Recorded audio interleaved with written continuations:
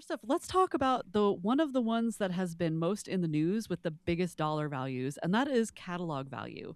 So, how this very interesting transition in the past few years of catalogs, especially of well-established legacy artists and stars, be suddenly becoming what you could call an asset class. So suddenly people are like investors say, "Hey, this is something we can invest in. It has a return that we can predict to some extent." You know, how what is music a different kind of asset class than other investment vehicles, or can we find creative new ways to manage these assets?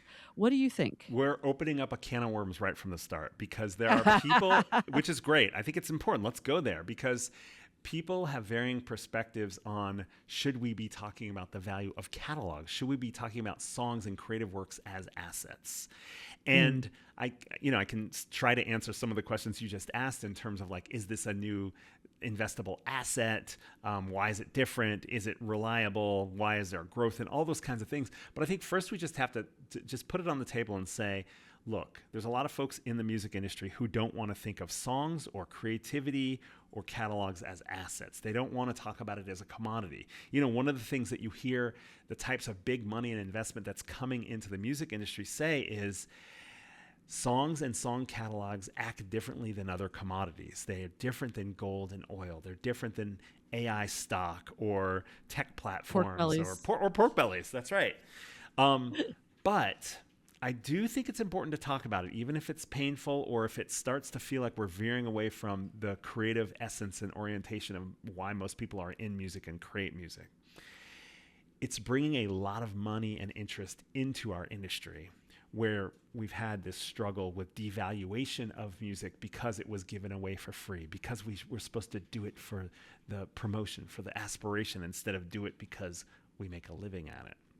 And so I think Yeah. it's important to look at those big movements of money because if you're even if it is an exit for an artist, an estate or a celebrity artist, a legacy artist who's like, well, this is how I finally get to retire or pay my heirs or, make sure my family's taken care of or put my kids through college or, whatever it is. It does infuse money into the industry. So I just want to say, like, I get the controversy of treating it as an asset, but I think it's important to understand. The other thing that one of the reasons I emphasize catalog value in this tech that optimizes the industry growth is because I think if you don't know where you stand, if you don't know what the value of your music is, it's very hard to measure success and growth beyond it as well. So these same tools that we might say are catalog valuation tools, they're also KPIs. They're key performance indicators for how your music or how your catalog or how your label or how your publisher or how your artists are doing as well. So I just want to put that out there. Now, I can get to your questions if you want. Yeah. So, how can we manage these assets in creative new ways? I think that is the big question, right? Because we're looking at artists who've been around for a while, right? How do you build a new generation of fans? How do you make sure that artists' vision and sound translate into new formats and new ways of Right. engagement? And what are the companies that are helping create this expansion force? Right. And so everything you just said is almost throughout all of our 8 multipliers. So we'll get into some of those as we go through the categories. But in terms of like the role of technology in helping understand catalog value and then hopefully growing catalog value from there, I think there's streaming audit platforms. There's catalog valuation tools that help you actually look at what do you have here and what is its projected revenue. Royalty revenue forecasting tools that don't have to be used by big catalog acquisition companies or publishers necessarily. The royalty revenue forecasting tools could be used by artists and managers and labels as well. And then there's this other category that might not on face value seem like it falls in the catalog valuation side, which I call metadata optimization. There's companies that are sort of helping you understand what music do you even have? Like how do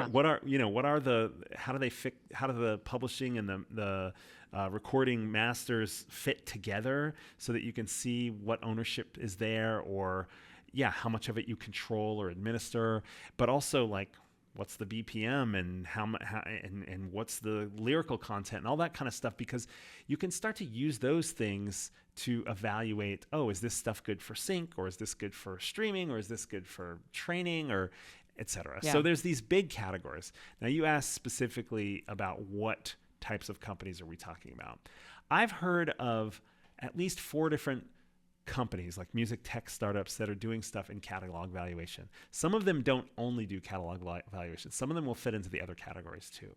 But if you look at companies like Royalty Port, Beat Library, those companies do a variety of things, but I know from talking to their founders that they give catalog valuation tools there too. And they can, the reason I say they do other stuff is we're going to get into revenue recovery. They're also Mhm. involved with revenue recovery, but Yeah. There's a lot of overlap there's between those two right. Like fields. if you want to know how valuable your catalog is, you might want to see what songs you have and how they're doing right now and where you're not collecting enough revenue. So you get kind of a Mhm. mix of those together. But the people that are like, hey, should I buy this catalog? Should I sell this catalog? What's the value of buying or selling this catalog? They want to just maybe focus on catalog value too.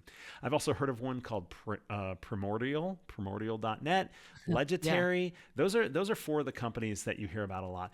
Interestingly, there's a big company that the big catalog companies use to get the data, and that's Luminate. And so Mhm. you wouldn't necessarily think of them as a music tech startup, but a lot of people are looking at the data. That's sort of like people think of Luminate as having the master record of how songs are doing. As well. And so there's you can look at a lot of other companies that provide either streaming data or social data, audience building, audience size data as well. So you've got the chart metrics of the world, the Vibrates, things like that, that you wouldn't necessarily although actually I think Vibrate may have a catalog value tool now as well. So some of them Yeah. start off with like, what are your analytics and insights around how songs or artists are doing? And then over time, they might start to see patterns and be like, oh, we could actually help you understand the value of the catalog too.